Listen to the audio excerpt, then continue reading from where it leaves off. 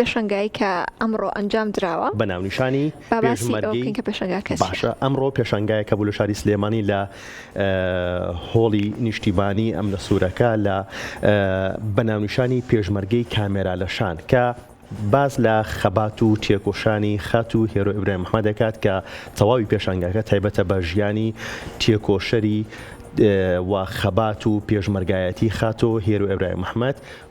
پێشەنگایەکی تایبەت بوو، پێشەنگایەک بوو کە تەواوی کارە هونەریەکانی لە خۆی گرتبوو و نمایشی وێنەی زۆر تایبەتی تیابوو. جگەلەوە هەموو چین و توێژەکانەوەی کە گرنگ بوو هەموو چین و توێژەکان بەشداریان تێدا کردبوو لە لایەن گوڵاڵە حامیدەوە ئەم پێشەنگایە ئەنجام درابوو بەڕاستی کارێکی زۆر زۆر جوان و سەرنجڕاکێشیان کردبوو. پێشەنگەکە لەلایەن بەڕێز قوبات تاڵەبانی جێگی سەرۆکی حکوومەتی هەرێمی کوردستانەوە کرایەوە و زۆرێک لە کەسانی سیاسی وەکو خانمی یەکەمی عێراق خات و شاناز ئیبراهیم محمەد ئامادە بوو لە پێشەنگاکەیە و لەکردنەوەی پێشەنگاکەیە و سیاسیەکان و کەسایەتی دیارەکان هونەرمەندان ئەدیبان لەم پێشەنگایە بەشدار بوون. ناونیشانی پێشەنگاکەش پێشمەرگەی کامێرا لە شان باز لە خەبات و تێکۆشانی خات و هێرۆ ئیبراهیم محمەد دەکات کە لە سەردەمی شاخدا تەواوی ئەو داستانانەی هێزی پێشمەرگی کوردستانی تۆمار کردووە کە وەکو بەڵگەیەک وەکو دۆکومنتیەک ئەمێنێتەوە و لە ئێستاە هەموو ئەمانە پارێزراون و گەنجان و نەوەکانی ئێستا نەوەی داهاتوومان سوود لەو بەڵگانە وەردەگرن. بەڵێ باشە هاوڕێیانمان هاوکارمان پەیوەند باشە چوونەتە پێشەنگاکە ئەو زانیاری زیاترمانایەتێ سەبارەت بە پێشەنگاکە و وە چاپێکەوتنی لەگەڵ چەند کەسێکیشە ئەنجامداوە بابینەری بین. سڵاوتان لێبێ ئەم کاتتان باش. خاتونێک پراپر لە میهرەبانی، خاتونێک پێشمەرگە ئازا، وەکو ژنێک میهرەبان، وەکو مرۆڤێک بەخشندا، هەمیشە بە سەرکردە و کارزمایەکی خاتونێکی جوان ئەمێنێتەوە لە نێو کۆمەڵگەی کوردیا. خاتو هێرۆ ئیبراهیم ئەحمەد ئەو خاتونەی کە چەندین ساڵ لە شاخ و لە پاشاندا لە شار خەباتی جیاوازی کردووە. ئەمڕۆ پێشانگایەکی تایبەتی لە شاری سلێمانی بۆ دەکرێتەوە بە ناونیشانی پێشمەرگەی کامێرە لە شان. ئەم پێشانگایە تایبەت ئەبێت بە کارە تێکۆشەرەکانی خات و هێرۆ ئیبراهیم ئەحمەد کە بە سەرپەرشتی بەڕێز قوبات تاڵەبانی ئەم پێشانگایە بەڕێوە ئەچێت. جا لەوە جوانتر ئەبێت چی بێت؟ سەرکردەیەک و کاریزمایەک و خاتونێک بەدەستی خاتونێکی دیکە دووبارە کارە هونەریە جوانەکانی بە تابلۆ ڕەنگا و ڕەنگەکان دووبارە بنەخشێنرێتەوە. ئەمڕۆ ئەم پێشانگایە بەدەست و پەنجەی خاتونێکی جوانی خاتونێکی خەڵکی کفری دووبارە نەخشێنراوەتەوە. تابلۆکان هەمووی تابلۆی زۆر جوانە کە 18 تابلۆ لێرێ. ئەمڕۆ من پێم خۆشە بچمە لای ئەو خاتونە و زانیایی زیاتر لەسەر تابلۆکە و لەسەر پێشانگاکە وەربگرم. ئەویش زۆر بەڕێز خات و گوڵاڵەیە کە خاتونێکی شێوەکارە. خات و گوڵاڵە سڵاوە لێبێ. سڵاو لە ئێوە لە بینەرانی ئازیز زۆر سوپاس.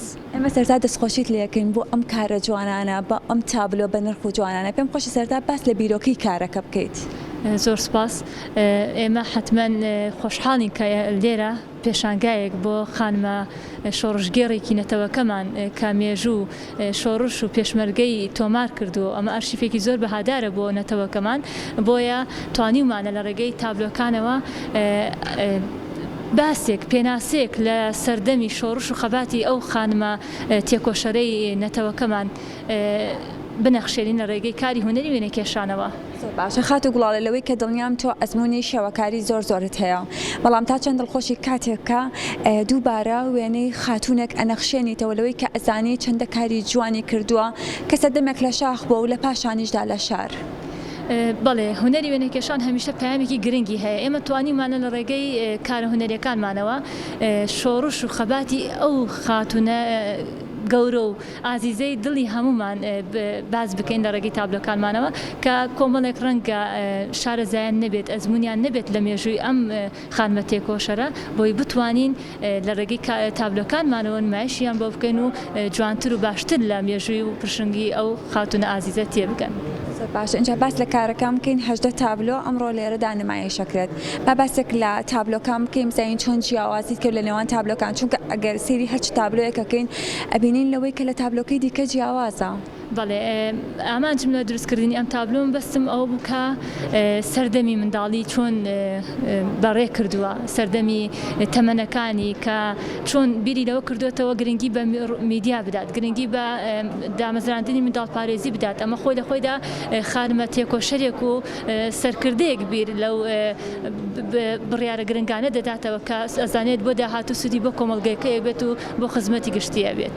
ئەمە ئەگەر هەرچ کەسێکمان لە کارە جوانەکانی خات و هێرۆ ئیبراهیم محەممەد بزانین ئەزانین کە زۆر گرنگی داوە بەوەی کە شوێنەکە لە پوریەکان شوێنە مێژوویەکان بهێڵێتەوە جا لە تابلۆکانە تێبینی ئەوەشمان کرد کە باس لەمانەش کراوە وەکو پەیامێکی هونەری گەیەندراوە. بەڵێ هێرۆخان پێم وا بێت هەمومان قەرزارباری ئەو خانمە ئازیزین بەڵام توانیوێتی لە زۆربەی سێکتەرەکان پشتگیری ڕۆڵی تایبەت هەبێت بۆ پشتگیریکردنی چینی هونەرمەندان ڕۆشنبیران تەندروستی هەموو بارەکان بۆیە توانیمانە بەشێک لەو پشتگیریانی بەڕێزیان لە تابلۆکاندا ڕنگدانەوەی هەبێت. باشە لەم هەژدە تابلۆیە کام تابلۆیان لای گوڵاڵە زۆر تایبەتە.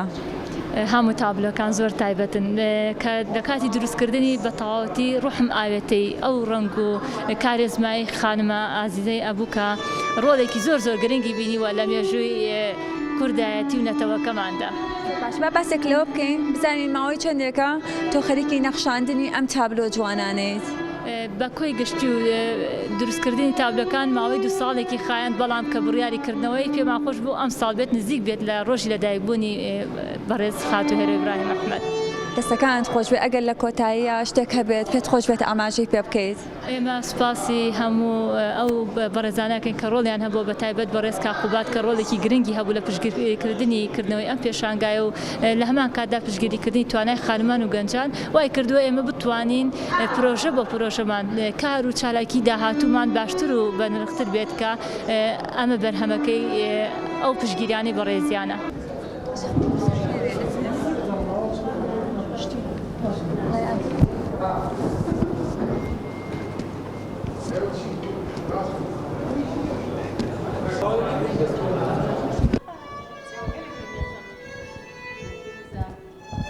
خاتونۆژی پێمان بڵێ بەجیا لە کارە پێشانگایەکانی دیکە لێرەدا بەڕێزی بە میوزیک بەشداری ئەکەیت زین بیرۆکەی ئەمە چۆن بوو کە میوزیکیش لەگەڵ پێشانگاکەیە ئاوێتە ببێت. بەڵێ سەرەتا زۆر سوپاس کە بیدایەت باسی ئەم پرۆژیان لەگەڵ کردم ئەو هاوڕێیانم وتیان چیمان بۆکەی منیش بە حکمی ئەو یادگارە جوانانی کە لە ڕێی کەمانەکەمەوە هەمان لەگەڵ هێرۆخانە ویستم ئەم جارە بە مۆزیک قسەی لەگەڵ کەم هەموو ئەو یادگارانی کە هەمە لەگەڵیا ئەم جارە بە مۆزیک بتوانم لەگەڵ پێشانگاکەیە بەیەکەوە ئاتە گوێشە ئیسراحەت پێ بەم و چاویشە بۆ کارە جوانانە.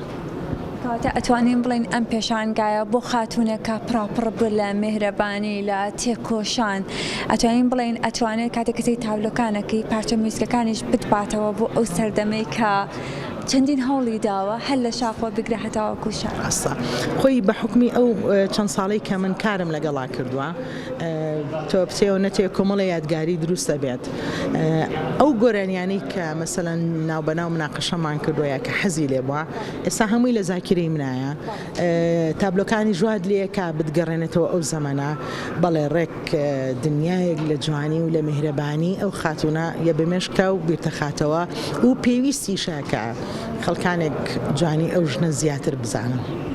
لەگەڵەوەی خات و هێرۆ هەمیشە زۆر گرنگی بە هونەرمەندان داوە وەکو هونەرمەندێک وەکو موزیسیانێک چۆن لەو ژنە ئەڕوانی لەو ژنە میهرەبانە لەوەی کە هەمیشە گرنگی داوە بە هونەر بە کەلتور بە کەلەپور. ئەو ژنە ئەوەنە جوانی بەخشیوەتەوە بە هەموو کایەکانە ئەو بە تایبەتی هونەر چکە من خۆم لە کایی هونەرەکەیەم باوکێک کلێنەکەی زەحمەت پڕەکرێتەوە و بە هەموو شوانەوە دیارە ئەوە شتێکە کە هەمومان شایەتیەوەی بۆین کلێنێک پیا بووە تەمەناکەم ئەو کلێنە بتوانن بە ڕچکەی ئەو پڕکەنەوە. دەتوانین بڵین پاڵپشتێکی زۆر باشی ئێوەی خانم بووە کە لە سەردەمێکە هونەری بۆ خاتونەکان قورستر بۆ ئەو لەو سەردەمەیە ئەتوانیوەتی پاڵپشتی هونەرمەندان بە تایبەتی هونەرمەندە ژنەکان بکات. بە تەکید وا بووە بۆ خانمەکان بە تایبەتی و بۆ تیپەکانی کەش و هەموو سەرجەم تیپەکان ینی پاڵپشتێکی ئەوەندە جوان بۆ ئەوەندە جوان بۆ ئێستا ئەوەی کە هەیە سەمەرەی ئەو کاتەی ئەوە. لە میوزیکەکە ئەم کارە جوانەی کە خات و گوڵاڵە نەخشاندوێتی ئەم هەژدە تابلۆی کە ئەمڕۆ لە نمایشەکەی پێشدارن وەکو بینەرە کاتێک کەسەی تابلۆکانت کردووە ئەتباتەوە بۆچی؟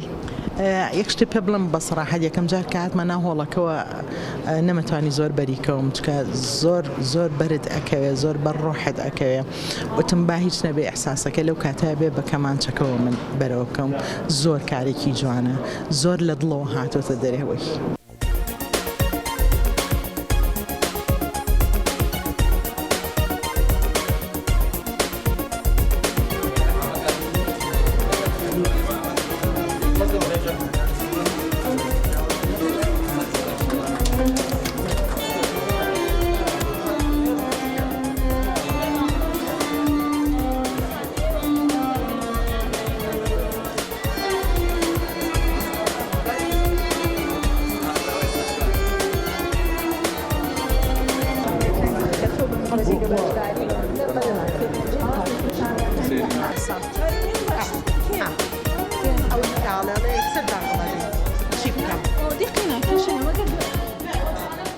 ژنان هەمیشە هەوێنی جوانی ژیانن و لەگەڵەوەشدا هەمیشە هەوڵیان داوە لە هەموو کایەکانی ژیاندا دەستێکی باڵایان هەبێت.